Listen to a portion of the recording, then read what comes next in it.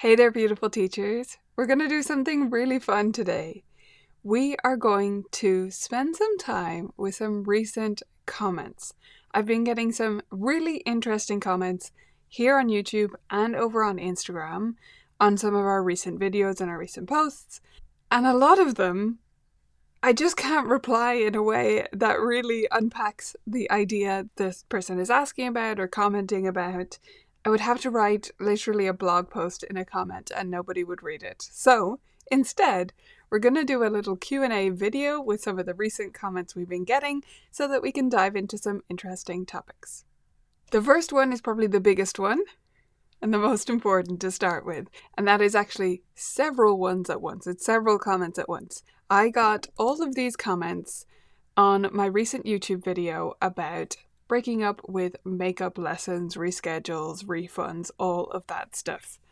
So this is just a sampling. Sarah said, yeah, I wonder about teacher cancelled last student question 2.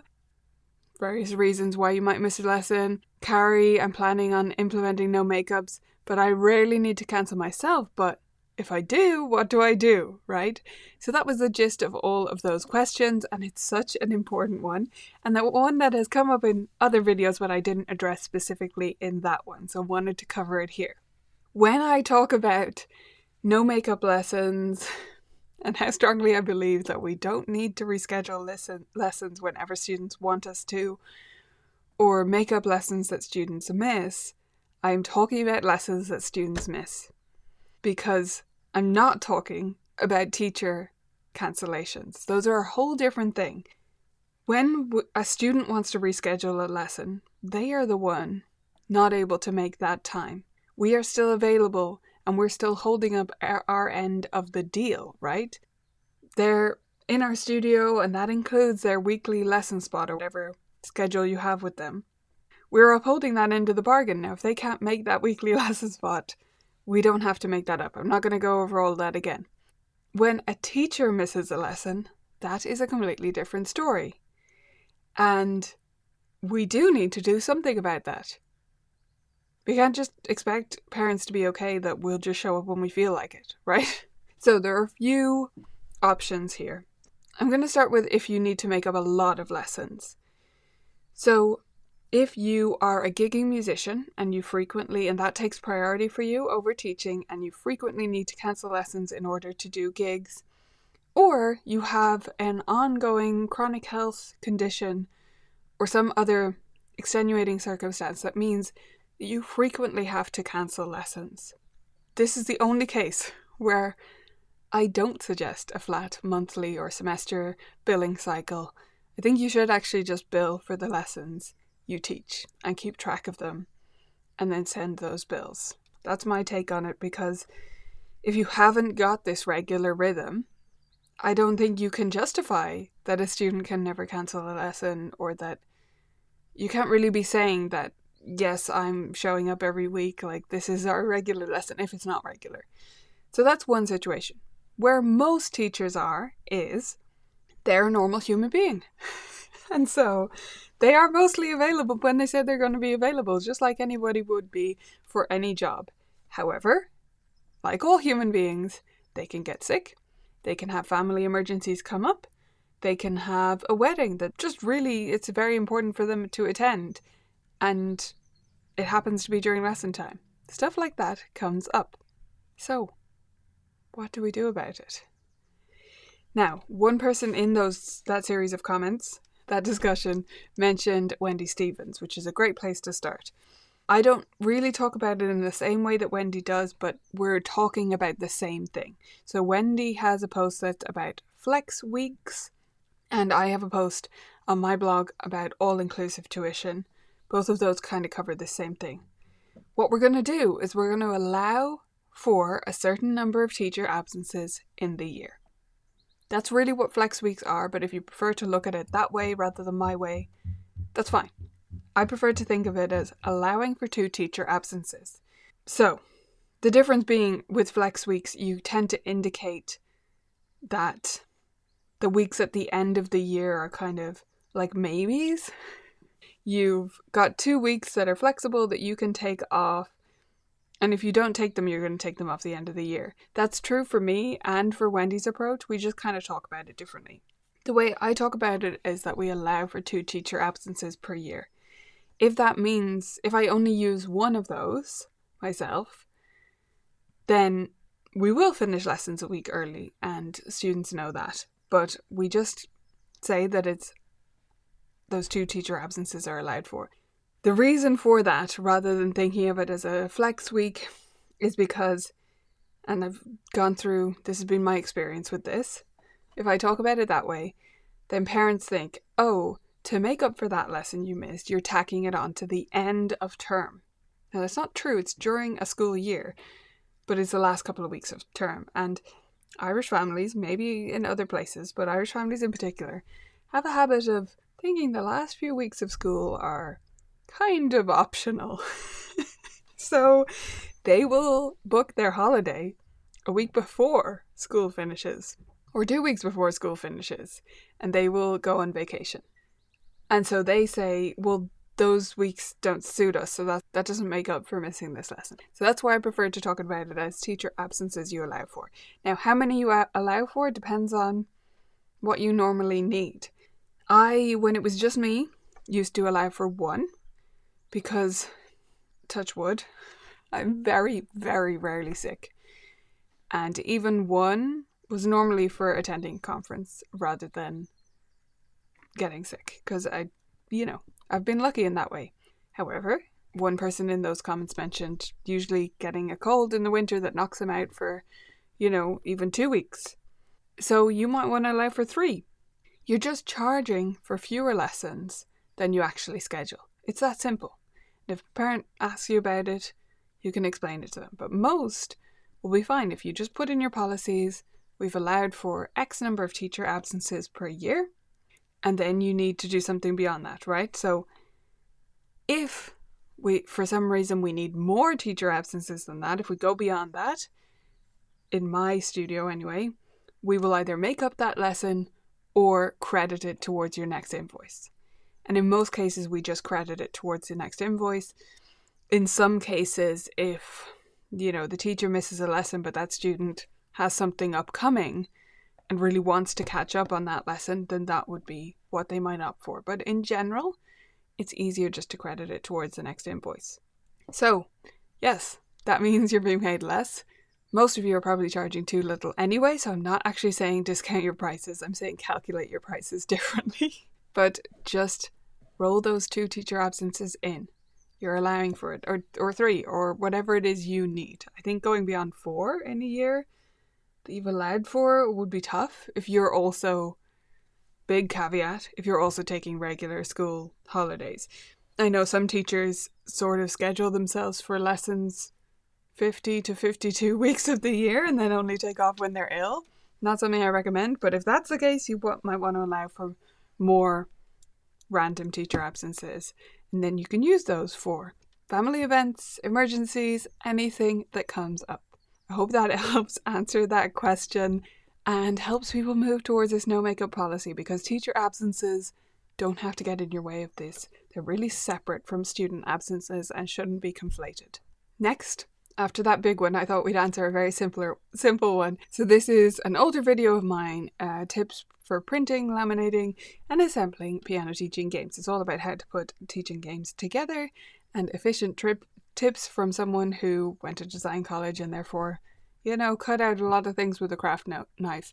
So this person said, hi, if I don't have a 2-sided printer, can I laminate the front and back papers into one laminating sheet, or will I cause problems? Now, I did reply to them and answer that quickly, but just in case anyone else was wondering about that here, you don't have to have a 2-sided printer to print it on both sides of the paper. My printer actually has duplex printing, but most of the time I don't use it, and I often recommend teachers don't. It depends on your printer. If you have an older printer like mine, the print heads actually get misaligned over time. And so usually reinserting it is a more accurate 2-sided print. That will vary by printer. But yeah, you're going to take the page and put it back in and then print the other pages. On most print dialog boxes, you can select all odd pages or all even pages to do this pretty quickly. So you print all the odd pages, put it back in, print all the even pages. Now, for me, the way my brain works with spatial reasoning, I usually don't have a question mark about which way to put that back in, but you may. So I've experienced this firsthand because my mum had to get me to explain to her. Very smart lady, but not in the spatial reasoning side of things. And so on her printer in her office, we, did our test, and she has a piece of paper that she wrote like, reinsert this way, basically made a little diagram for herself. So you can always just test putting it back in a certain way, figure out which way is correct through trial and error, and then make yourself a little diagram so you know next time that it goes upside down or this way up or whatever way it goes back in for your printer based on how it is fed through the printer. They are slightly different from printer to printer. Our next one is a negative one that I wanted to get out of the way, but I do want to address it because I think it brings up an interesting point. So this was on my video Best Beginner Piano Method Books for Teens that we recently did. And so this commenter said, spent hundreds on Piano Safari books. This is such a confusing method. You pretty much have to take a course to understand this method. I absolutely do not like Piano Safari. Brackets, yuck. I mean, they really wanted to make their point. Love Jennifer Eklund though. Currently use Piano Adventures, Accelerated for Teens, and supplement with interesting lyrical pieces by Jennifer Eklund or sheet music on students' favourite songs. So first of all, I'll say, everything isn't for everyone, and that is okay. Just because you don't like a method doesn't make it bad, and they didn't actually say it was bad. They said it was confusing. But still, I just want to put that out there. I'm not saying they should use Piano Safari. I don't give a hoot what anyone uses. I'm just talking about different books that I may have used and what I found helpful or different notes about them. That's all I'm aiming to do here. And of course, I will enjoy some books more than others, and you may enjoy different ones. And that is magic, because we're all different people living in this beautiful world full of rainbows. So, the reason I wanted to address this was, it's not something I've never heard before. People say Piano Safari is confusing, and I think this particularly comes from people who have used a more standard method for quite a while. So something like Piano Adventures, which is very step-by-step. And that can be good, because it can be helpful, and it really holds your hand as a teacher. It can also be not good in some ways, because you feel like, well, everything is here that I need, and it's actually not, because everything is not in any method. That's impossible for everything about music to be covered in a method book. That's not what they were saying. I'm just going on a separate point there. Now, is Piano Safari a confusing method? To me, honestly, no, it never was particularly confusing. Maybe that's just how my brain works, or maybe where I came from in teaching. I understand some people find it confusing. I don't think it's as confusing as people initially feel. Again, I didn't create Piano Safari, I have no affiliation, right? It's just a book that I like. In its defense, they have excellent teacher resources. So yes, you might need to spend a little bit of time reading or watching a video. But I think you could watch one 1-hour webinar and be like, oh, right, that's what this is about. Because they have those on YouTube. Or you could read a few of their essays on their site and again say, right, I get it now. I don't think you would have to spend hours or do an entire course, and they're not using it to sell a course, which, some books would be. I don't think that's entirely fair, but I do want to say different strokes for different folks, and that's fine. And also, if possible, if you have a music store where you can go in person and look at books, or you have a teacher buddy or a music teacher association, and you can ask someone to bring along a book that you haven't used before so you can just really have a look at it before you purchase hundreds, I would do that. If you can't do any of those things and you have to purchase it to look at it, how about buying one? Right? Because everything is not going to be for everyone. And just because I say I like something or someone else does, doesn't mean it's right for you and your students. The next one is from Dawn, and she said, totally agree with you, and this is a serious issue that I'm currently having in my studio, but parents don't seem to understand. So this was a video about exams and motivation on Instagram. So it was very simple Instagram reel. So it was motivation, then exams, basically was the point, rather than exams lead to motivation. They think students progress through exams. I try to explain that they need to progress through regular practice of technique and the pieces assigned to them, and then the exam is their reward. Do you happen to have an article about this? I'm thinking of holding a meeting for all parents or sending out an email. So great question from Dawn, and one that I've definitely dealt with. And that those of you over in the US probably haven't. Because exams are not as big a thing, except in some areas. So if this doesn't resonate with you, you can skip ahead to the next chapter and look at the next question. But this does come up for a lot of people. Parents think that if a student is not doing the next grade of exam, they are not progressing. That's not what progress is, and we know that, but it can be difficult to communicate that. We do have some articles on our site that are directed towards parents about motivation and about exams, so definitely you can look those up on the Colourful Keys blog. But the biggest thing for me, and I know I sound like a broken record sometimes with this, it's about saying it early. We have to start this parent education early. At the first meeting with parents, even if they don't ask me anything about exams and it hasn't come up at all, I just say, okay, people have different ideas about what exams are in piano, so I'm just going to tell you how they work in our studio. Most of the time they say, great. Sometimes they say, oh, I hadn't thought about exams at all, I don't care. And I'm like, that's fine. I just like to put it out there because people sometimes have underlying beliefs about exams. And sometimes they say, right, yeah, that does sound a bit different to how I grew up. But as long as they're open to it, then we can proceed and everything goes great. For your information, the way I explain it to parents is, first of all, we're not going to do an exam for the first 3 years. So it's off the table for 3 years.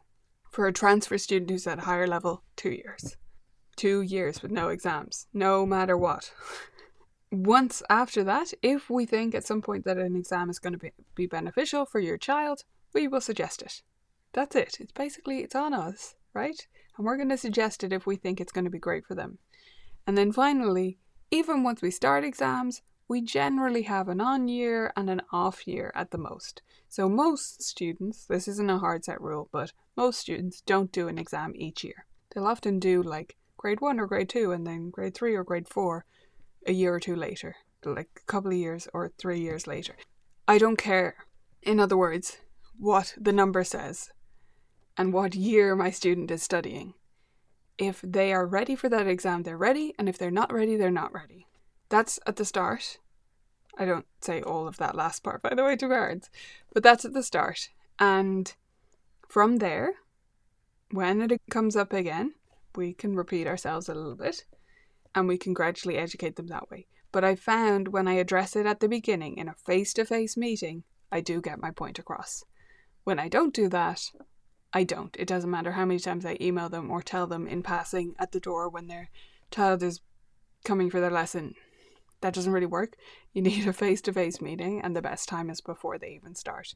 They are making progress with or without exams, and exams can be a fun extra thing to do.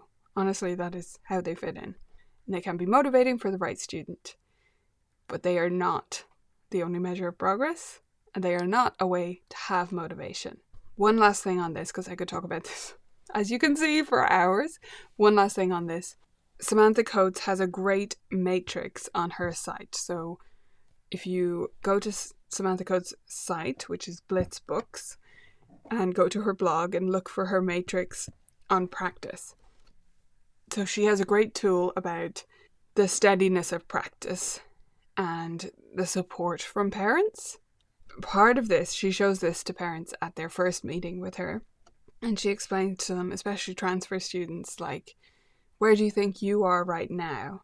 So are you supportive and getting them to practice regularly 5 days a week, or are you here, right? So it's a different gradient of where they could be in terms of support and practice actually happening. One of the things she said in a presentation of hers that I watched in the past was, she'll say to parents, right, if you want to do an exam, you need to be in this bright green square, as in the parents are supportive of their lessons, they are also practicing.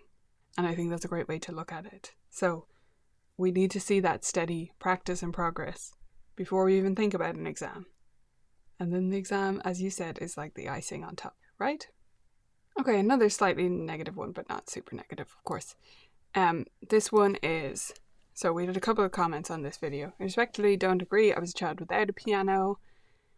I used to practice so much solfege, reading, my scores, etc., etc. And then the other one, which is the one I really wanted to comment about. Oh, we're of a very different opinion.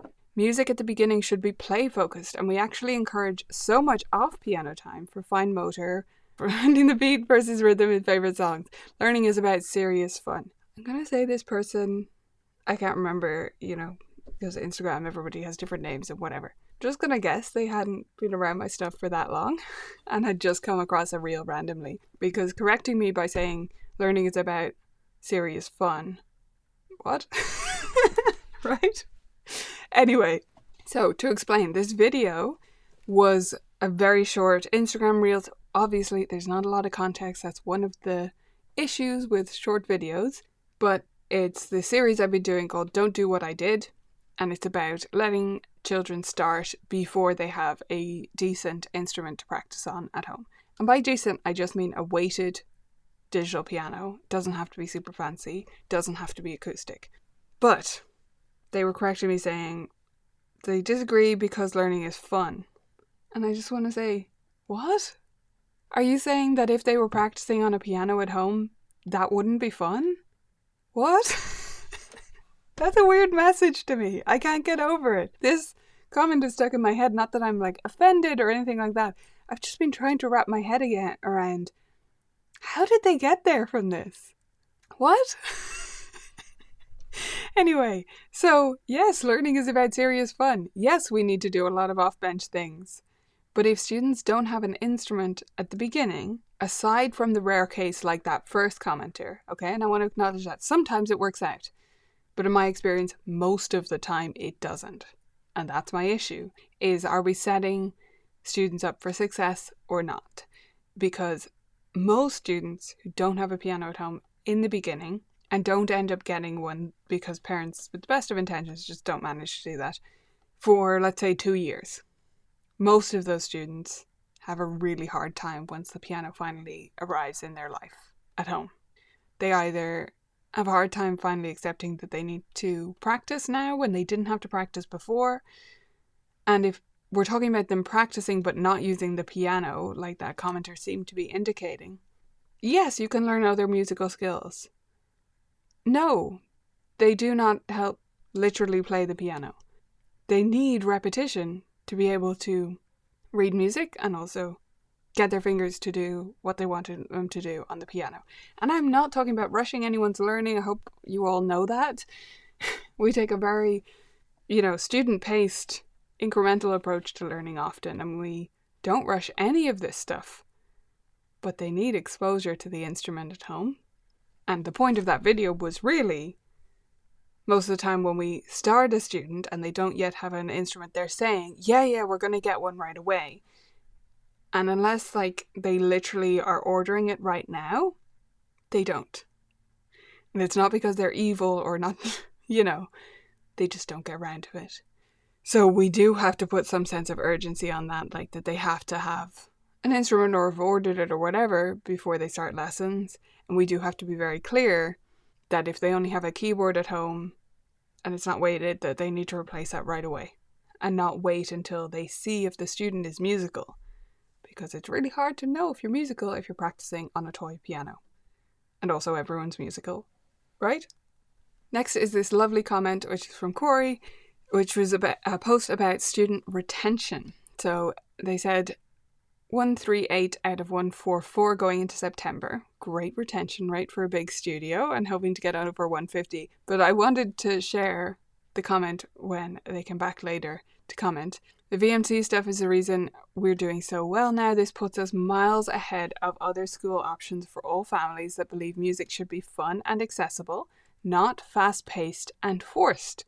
You gave me confidence on the curriculum side of things to fully invest in the rest. Love this comment, not just because he's singing the praises of VMT, although I do happen to think private music teaching is a great membership and really worth the cost.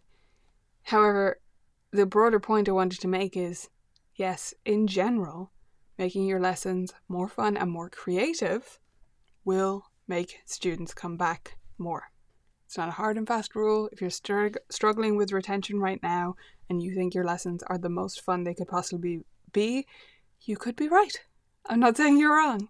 It's one factor, but it is a big one. And actually, in the book Savvy Music Teachers by David Cutler, he talks about the correlation he's seen between creativity in lessons, so improvising, composing, higher rates, and student retention. This one is also about the don't do what I did, about letting students start without a keyboard, but it's on the YouTube version of the same video. I agree with you 200%, but most of them buy a keyboard. How to explain to parents that the piano and the keyboard are different instruments. Now, okay, first of all, are they? Or is the keyboard just a poor imitation of a piano? Now, look, I don't think they have to buy an acoustic piano, as I've said, but we do want to educate them about what an appropriate digital piano looks like. In my opinion, it doesn't have to cost a huge amount, but in general it costs over €500, like $600-700. That would be my guess. And of course more in Canadian or Australian dollars, and depends where you live and all that stuff. But you do have to spend that to get a new weighted key instrument. If you want to troll through like buy and sell, Facebook Marketplace, whatever, they can do that too, and I make that suggestion to them. But how do we teach them that it's different? Honestly, we just educate them, and we do it without judgment and without assumption they're annoying us on purpose. Right? They come to us looking for lessons and they say, yeah, I have a piano. And you say, what's the model number? And they tell you it, and you look it up, and it has 2 octaves, and the keys aren't even full sized, and they're definitely not weighted. They're not doing this to annoy you. They don't know. Okay? It's ignorance. And it's not general ignorance, it's ignorance in our specific field that they shouldn't be expected to know about, right? So, we teach them about it. Tell them, oh, these are the reasons why we need to go for a keyboard at this level. You can even use the word keyboard because you can find some things that are called keyboard, but they're actually a digital piano, whatever. That line is very blurry. This is where we get to educate the parent and teach them the difference between what they've bought and what they actually need to start lessons and to start practice. And we also need to teach them sometimes that practice has to happen for music lessons to feel fun. And this is all part of our job. I'm sorry if you don't like this part, but it is part. We have to do this education.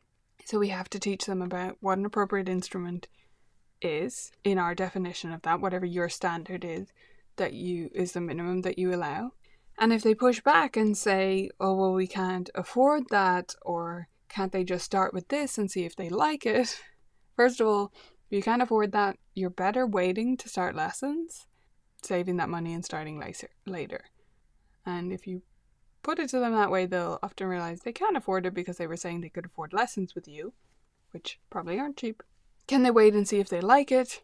No, because in many cases, they won't be able to see if they like it if they're not able to practice on something effective.